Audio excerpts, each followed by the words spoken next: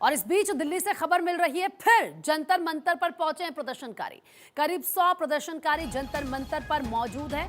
मामले में parliament street और कैनॉट प्लेस थाने में एफआईआर दर्ज हुई है। प्रदर्शनकारियों पर हिंसा, तोड़फोड़ और पथराव का आरोप यहां पर लगा है। और आप जानते हैं कि कल 20 तारीख को किस तरीके से ये प्रोटेस्ट हुआ और देश भर से यहां पर लोग पहुंचे।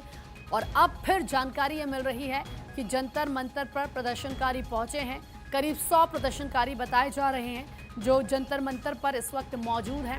मामले में पार्लियामेंट स्ट्रीट और कनॉट प्लेस थाने में एफआईआर दर्ज हुई है। प्रदर्शनकारियों पर हिंसा, तोड़फोड़ और पथराव का आरोप लगा है। पब्लिक प्रॉपर्टी को जो नुकसान पहुंचा है उसको लेकर भी यहां पर एफआईआर दर्ज की गई है। देखिए, कल जो हिंसा हुई उसमें क्या क्या हुआ ये हम आपको ग्राफिक्स के जरिए भी बता रहे हैं। 118 पुलिसकर्मी इसमें घायल हुए हैं। 15 से 20 गाड़ियों में तोड़फोड़ हुई है। इसके अलावा हिरासत में 70 प्रदर्शनकारियों को लिया गया है।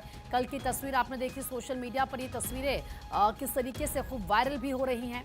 बैरिकेटिंग जो पुलिस की तरफ से लगाई गई थी वो बैरिकेटिंग हटाई गई और उसके बाद यहाँ पर लाठीचार्ज पुलिस ने किया। लेकिन फिर आप देखिए 118 पुलिसकर्मी भी इसमें घायल हुए।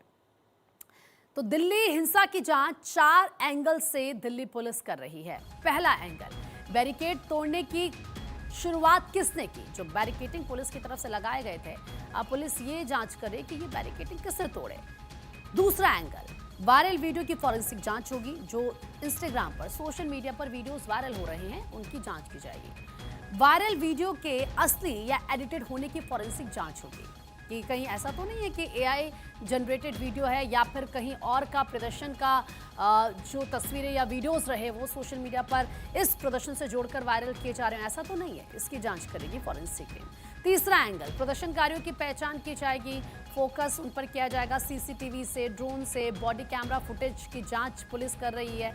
इसके अलावा चौथा एंगल, हिंसा में बाहरी तत्वों की भूमिका तो नहीं है। घटनास्थल से मिले डिजिटल और इलेक्ट्रॉनिक साक्ष्यों की जांच होगी कि ऐसा तो नहीं है कि बाहर से इसको सपोर्ट किया जा रहा हो या फिर कुछ लिंक हो, कुछ तार हो। तो ये 4 एंगल्स हैं जिनके जरिए पुलिस इस पूरे मामले की अब जांच कर रही है। 2 तस्वीरें इस वक्त मैं आपको दिखा रही हूं। कल संसद मार्च के दौरान जो हंगामा हुआ, विरोध प्रदर्शन में हिंसा हुई। जंतर मंतर पर लौटे प्रदर्शनकारी विरोध जुलूस निकालने पर रोक रही है।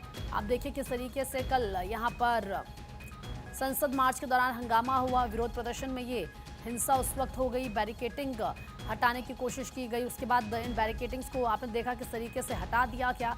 पुलिस ने रोकने की कोशिश की।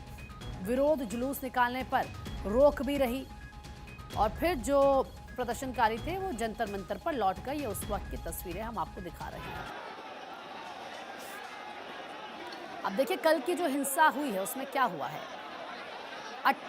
118 पुलिसकर्मी इसमें घायल हुए हैं। 118 पुलिसकर्मी घायल हुए हैं। तोड़फोड़ हुई है। 15 से 20 गाड़ियों में तोड़फोड़ हुई। 70 प्रदर्शनकारियों को हिरासत में पुलिस की तरफ से लिया गया। इंदर यादव ज़्यादा बातचीत के लिए हमारे सहयोगी फोन लाइन पर कनेक्ट हो चुके हैं। इंदर, कल की तस्वीरें तो हम सब ने देखी ही और अब 4 अलग अलग एंगल से पुलिस मामले की जांच कर रही है। लेकिन सबसे पहले आप ये बताइए, क्योंकि जानकारी ये मिल रही है कि फिर से जंतर मंतर पर करीब 100 प्रदर्शनकारी पहुंचे, क्या वहां से अपडेट मिल पा रहा है? बिल्कुल, देखिए अगर हम बात करें तो जिस तरीके से कल सीजेपी के जो प्रोटेस्टर थे और दिल्ली पुलिस के बीच जो हिंसक झड़प हुई, इसमें देखिए 118 के करीब जो पुलिस कर्मचारी हैं वो घायल हैं। साथ ही अगर हम बात घायल है जिनका अलग अलग अस्पतालों में इलाज चल रहा है।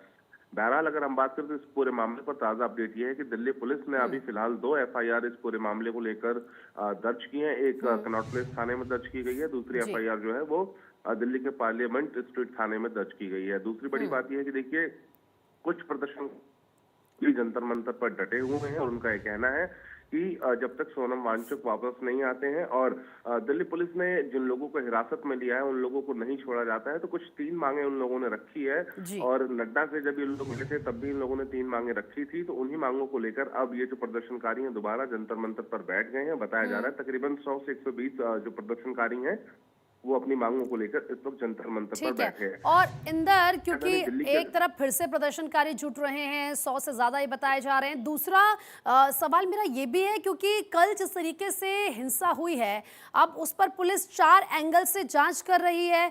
बैरिकेडिंग तोड़ने की शुरुआत किसने की, वीडियोस जो वायरल हो रहे हैं वो एडिटेड हैं या रियल, और वहाँ पर जो सीसीटीवी कैमरे लगे थे, ड्रोन लगे थे, उनके जरिए देखा जाएगा कि किसने क्या किया, और क्या वाकई बाहरी तत्वों की भूमिका तो इस मामले में नहीं है। ये तमाम एंगल है जिनसे पुलिस इस केस को अब इन्वेस्टिगेट करेगी। बिल्कुल, देखिए निश्चित रूप से अगर हम बात करें तो जो कल हिंसा हुई और हम खुद ग्राउंड जीरो पर थे उस वक्त, सबसे बड़ी बात यह है कि देखिए दिल्ली पुलिस हर एंगल पर जांच कर रही है इस पूरे मामले में। विपक्ष और विदेशी जो कनेक्शन है वो भी सामने आया है। हालांकि देखिए जांच का विषय जरूर है।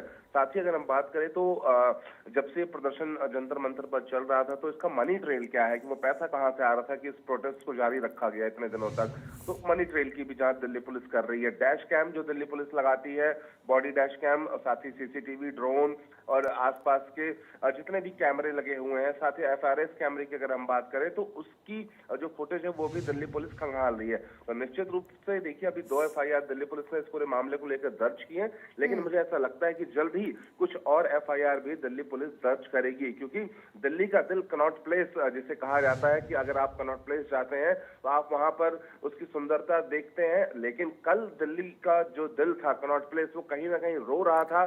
चारों तरफ अगर हम बात करें तो सड़कों पर ईंट और पत्थर पड़े हुए थे, पुलिस की गाड़ियां टूटी हुई।